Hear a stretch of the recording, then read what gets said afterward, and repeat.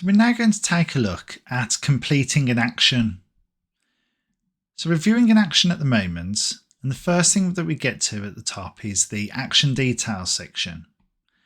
There's a little pin here, so if you pin this particular action, then when we go to our dashboard, you'll see it's been pinned there.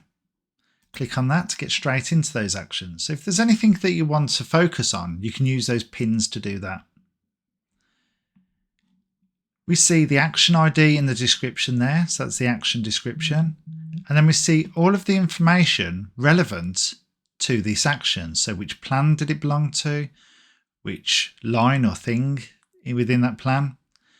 Date raised by, who it's allocated to, the department that person belongs to, and the deadline and the severity.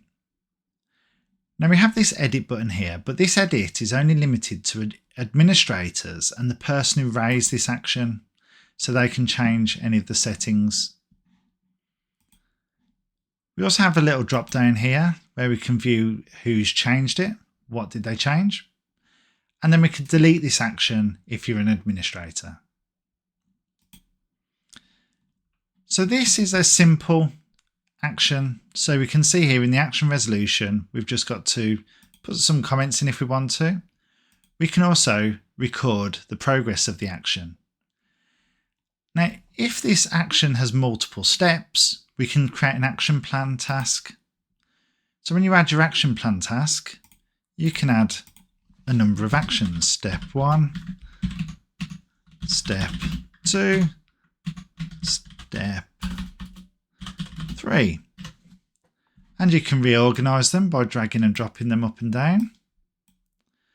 And when they're complete, you can tick them, so you know which ones you've done and what status they're at. So if you want to make a plan, you can make a plan there. We can save it. But when you're ready to actually submit it, you tick on Submit for Closure and then click Save. And click Save. But I won't do that just yet because I want to show you the other types. So I'm just going to change this one for now so that it requires a 5 why and root cause. Update. So we've got our 5 whys. So why did it happen? Why? Then from that you can deduce a root cause and tell us how you verified it. And then what is the corrective action that you're now going to implement as part of that. So that's the 5 why and root cause method.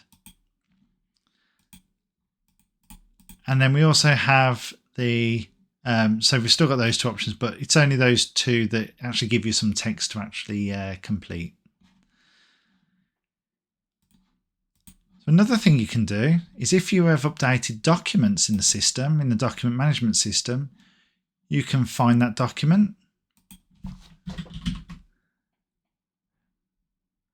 And you can click select, and then you can select the revision that you've updated. And that way there, you can say, this is my update to the document in the system. So there's lots to that action resolution area. We can also add attachments. So if you're on a tablet or a phone, you can choose your camera. Otherwise, if you're on your PC, you can drag and drop files into there.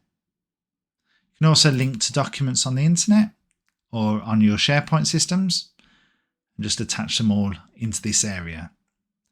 Now, if the deadline that you've got is coming up and you need more time, then you can say, I need more time because waiting for materials.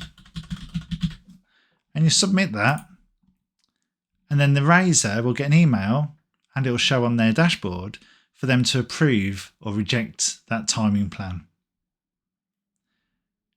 And then finally, if you're an administrator or the raiser, you can actually cancel this action because it's no longer relevant. And so that's all there is to the View Action screen.